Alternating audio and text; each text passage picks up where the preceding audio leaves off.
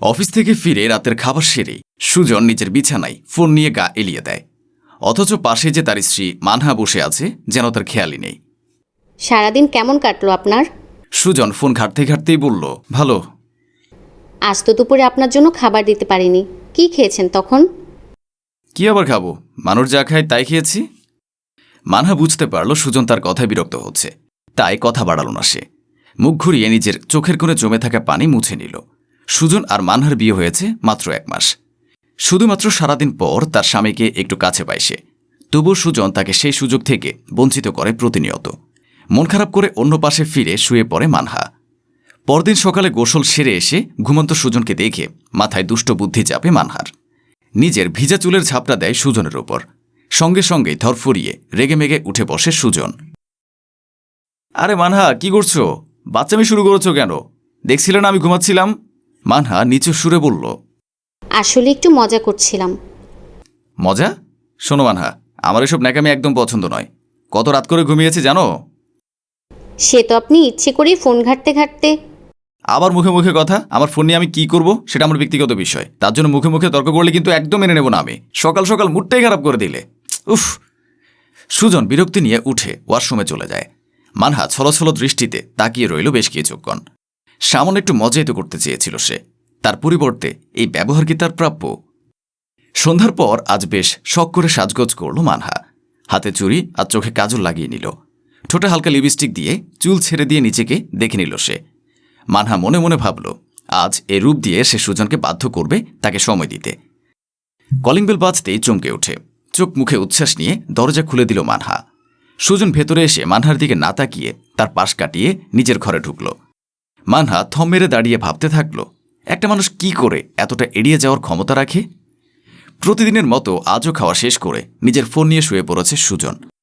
এতটা সময় মানহা শুধু সুজনকেই দেখে গেছে। সুজন একবারও ঠিক করে তাকে দেখেনি।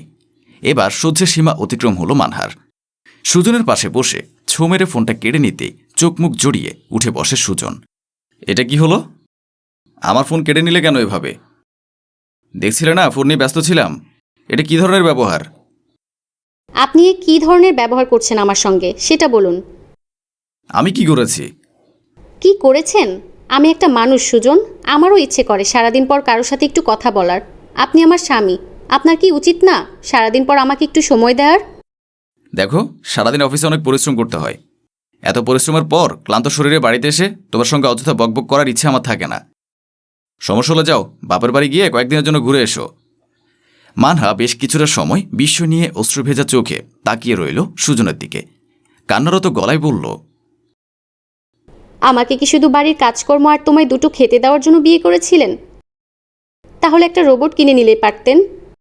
সারাদিন পর একটু আমার দিকে ফিরে দেখার ইচ্ছেও হয় না আপনার, কিন্তু ফোন ঘাটাঘাটি করার সময় ঠিকই হয়। আপনার এই আচরণ আমি আর নিতে পারছি না। শোনো মানহা, আমি অন্য স্বামীদের মতো ন্যাকামি করতে পারি না। আমি তোমার সব শখ পূরণ করি। মাস শেষে শপিং করার জন্য অনেক টাকা পেয়ে যাও। এর চেয়ে বেশি কী দরকার হতে পারে? আমার থেকে অতিরিক্ত কিছু আশা করো না। অফিস থেকে আসার পর আমাকে শান্তি করে একটু বাড়িতে থাকতে দাও প্লিজ। সুজন কথাটা শেষ করেই শুয়ে পড়ল। সে একবারও ভাবল না মানহার কথা। মানহার চোখ দিয়ে নীরবে পানি ঝরছে, কিন্তু মুখে কোনো কথা আসছে না।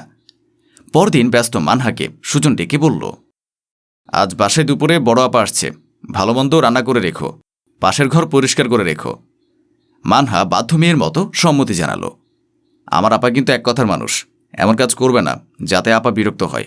আমি সন্ধ্যায় আসবো কাজ শেষে। সুজনের বড় আপাকে নিয়ে কিছুটা আতঙ্ক সৃষ্টি হলো মানহার মনে। বিয়ের পর সুজনের বড় আপার সাথে খুব একটা কথা হয়নি। একদিন থেকে নিজের শ্বশুর বাড়ি চলে গিয়েছিলেন তিনি। মানহার জানা নেই এখন তার প্রতি বড় আপার ব্যবহার কেমন হবে। দুপুরে সুজনের বড় আপা তামান্না এসে সুজনের বাড়িতে পৌঁছায়। মানহা তাকে নিচু সুরে সালাম দিয়ে বলে, কেমন আছেন আপু? তামান্না আশেপাশে পুরো বাড়িটা দেখে গম্ভীর গলায় জবাব দিল, এই তো ভালো আছি। তুমি কেমন আছো? আমিও ভালো আছি। ভেতরে আসো আপু, বসো সোফায়। তামান্না কড়া দৃষ্টিতে তাকালো মানহার দিকে, যেন মানহা কোনো ভুল কথা বলে ফেলেছে। তোমাকে এসব বলতে হবে না। আমাকে মেহমান ভেবে আপ্যায়ন করতে আসবে না। আমার ভাইয়ের বাড়ি এটা, এর মানে আমারও বাড়ি, বুঝতে পেরেছো?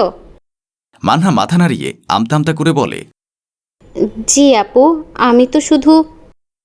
মানহার কথা পুরোপুরি শেষ হতে না হতেই তামান্না তার পাশ কাটিয়ে চলে যায়।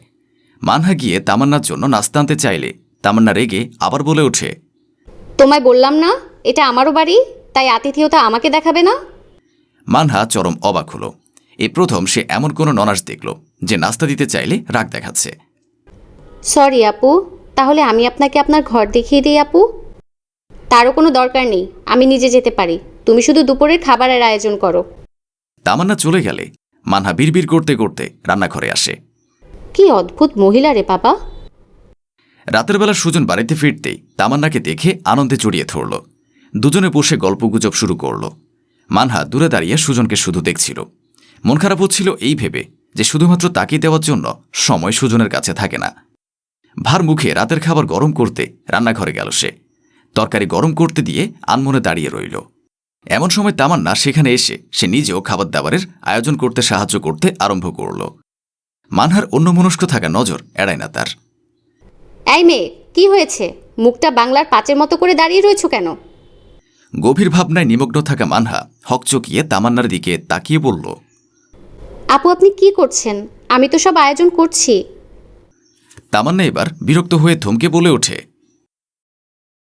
উফ, তোমায় কত করে বলবো এই বাড়িটা আমার, তাই আমার সাথে মেহমানের মতো আচরণ করবে না। আমার কাজ আমাকে করতে দাও। আর বলো কি হয়েছে তোমার? তামান্নার এ জোরাজোরিতে এবার সব কিছু খুলে বলতেই হলো মানহার। সবটা মনোযোগ দিয়ে শোনার পর তামান্না বলল, শোনো, সুজনকে কিছুটা জোর করেই বিয়ে দেওয়া হয়েছিল। সত্যি বলতে ওর একটা প্রেমিকা ছিল, যার অন্যজনের সাথে বিয়ে হয়ে গিয়েছিল। তাই তার দুঃখ ভোলানোর জন্য আমি ওকে বিয়ে দিই। ওর মানতে হয়তো এখনও একটু অসুবিধা হচ্ছে, অথবা আগের অভ্যাস ভুলতে পারছে না। কিন্তু কোনো ব্যাপার না, আমি আছি তো। তুমি শুধু আমার কথা শুনে চলবা, বাকি কাজ এমনি হয়ে যাবে। তামান্নার এই কথায় যেন আশার আলো দেখতে পেল মানহা। পরদিন সকাল থেকে মানহা তামান্নার কথা মতো কাজ করতে শুরু করে। সুজন গোসলের জন্য ওয়াশরুমে গিয়েছে। বরাবরের মতো সে টাওয়াল নিতে ভুলে যায়। আজও তেমন হওয়ায় ওয়াশরুম থেকে জোরে জোরে চিৎকার করে মানহাকে ডাকে সে। মানহা, মানহা, আমার টাওয়ালটা দাও তো। মানহা শুনতে পেয়েও না শোনার ভান ধরে নিজের ফোন চালাতে থাকল। সুজন বারবার ডাকল তাকে, এই মানহা, শুনতে পাও না নাকি? মানহা এবার বিরক্তি নিয়ে সুজনকে টাওয়াল দিয়ে আসে। সুজন গোসল সেরে এসে জানতে চায়, কি সমস্যা? এখানে তো ছিলে, তাও এতবার ডাকতে হলো কেন? উফ, নিজের কাজ নিজে করতে পারেন না? সবসময় আপনার কাজ করার জন্য থাকবো নাকি? আমার নিজের কাজ নেই? তোমার আবার কি কাজ? ফোন চালাচ্ছিলাম। সুজন আশ্চর্য হয়ে বলে, তোমার স্বামীর জন্য করা কাজের থেকে ফোন ঘাটাঘাটি করা বেশি জরুরি হয়ে গেল? কেন? আপনার কাছে যদি নিজের স্ত্রীকে সময় দেওয়ার চেয়ে ফোন ঘাটা জরুরি হয়ে পড়ে, তাহলে আমার কাছে জরুরি হবে না কেন? সুজন তখনই একেবারে চুপ হয়ে যায়, কারণ মানহা উচিত জবাব দিয়েছে। পরদিন ছুটির দিন। সুজন এই দিনে সাধারণত সারাদিন বাহিরে বন্ধুদের সাথে আড্ডা দিয়ে কাটায়। আজও তাই করতে যাচ্ছিল, কিন্তু মাঝখানে তামান্না বাধা হয়ে দাঁড়ালো। আরে সুজন, কই যাস? একটু বাহিরে আপা। বাহিরে যাবি ভালো কথা, মানহাকেও নিয়ে যা। ও তো একা থাকে বাড়িতে সব সময়। সুজন ভ্রুকুচকে বলল, কিন্তু আমি তো বন্ধুদের সাথে আড্ডা দিতে যাচ্ছি। সেটা তো সব সময় করিস, আজ না হয় একটু বউকে নিয়ে ঘুরতে যা। যদি যেতে না চাস তাহলে তোর বাহিরে যাওয়াই বন্ধ। কিন্তু আপা। তামান্না ধমক দিয়ে চুপ করিয়ে দিল সুজনকে। উপায় না পেয়ে সুজনকে মানহার সাথেই বের হতে হলো। বেজে খুশি মনে আজ সুজনের সাথে ঘুরতে গেল মানহা। অনেক ঘোরাঘুরির পর বাড়িতে এসে মানহা তামান্নাকে জড়িয়ে ধরল আনন্দিত হয়ে। আপনাকে অনেক ধন্যবাদ আপু। আজ আপনার জন্য প্রথমবার সুজন আমায় বেড়াতে নিয়ে গিয়েছে। আমি তো কখনো ভাবিও নি উনি আমায় বেড়াতে নিয়ে যেতে পারেন। আরে মেয়ে, সবে তো শুরু, দেখো এরপর কি কি হয়। আজ মানহার সাথে ঘুরতে গিয়ে যেন সুজনের মনটাও হালকা লাগছে। অন্যদিনের মতো দম বন্ধ লাগছে না তার। সুজন বারবার আর চোখে মানহার দিকে তাকাচ্ছে। তার জানা ছিল না তার বউ এত সুন্দরী। এই প্রথম সে মানহাকে মনোযোগ দিয়ে দেখেছে এবং মুগ্ধ হয়েছে। আস্তে আস্তে সুজন মানহাকে সময় দিতে থাকল। আজকাল ফোন বাদ দিয়ে মানহার সাথে গল্প করে সময় কাটাতে বেশি পছন্দ করে সুজন। ধীরে ধীরে তাদের সম্পর্ক সুন্দর ও স্বাভাবিক হতে থাকল। এক সকালে মানহা গোসল করে ভেজা চুল নিয়ে সুজনের পাশে বসল। আস্তে করে ঘুমন্ত সুজনকে ডাক দিল, সুজন, উঠে পড়ুন, সকাল হয়ে গিয়েছে। সুজন চোখ ছোট ছোট করে তাকিয়ে মানহাকে ভেজা চুলে দেখে বলল, আজ ভেজা চুলের ঝাপটা দেবে না? মানহা মাথা নাড়িয়ে বলে, না, আপনি যদি আবার রাগ করেন। সুজন উঠে বসল এবার। মলিন মুখে অনুতপ্ত হয়ে বলল, না, আর অকারণে রাখব না তোমার উপর। আমি তো প্রথমে বুঝতেই পারিনি তোমার কদর। সবসময় তোমার সাথে এমন আচরণ করেছি যেন তুমি রোবট। তোমায় অনেক তাচ্ছিল্য করেছি, তাও ভালো সময় থাকতে তোমার মর্যাদা বুঝেছি। আমার আগের ব্যবহারগুলো ভুলে ক্ষমা করা যায় না মানহা? মানহা মুচকি হেসে উত্তর দিল, কেন নয়? আপনি আমার স্বামী, আর মানুষ মাত্র ভুল। আপনি নিজের ভুল বুঝেছেন, এই অনেক। তবে আমায় আর অবহেলা করবেন না, কিন্তু আমার কষ্ট হয়। আর কক্ষনো এমন হবে না। মানহা স্বস্তির শ্বাস নিল।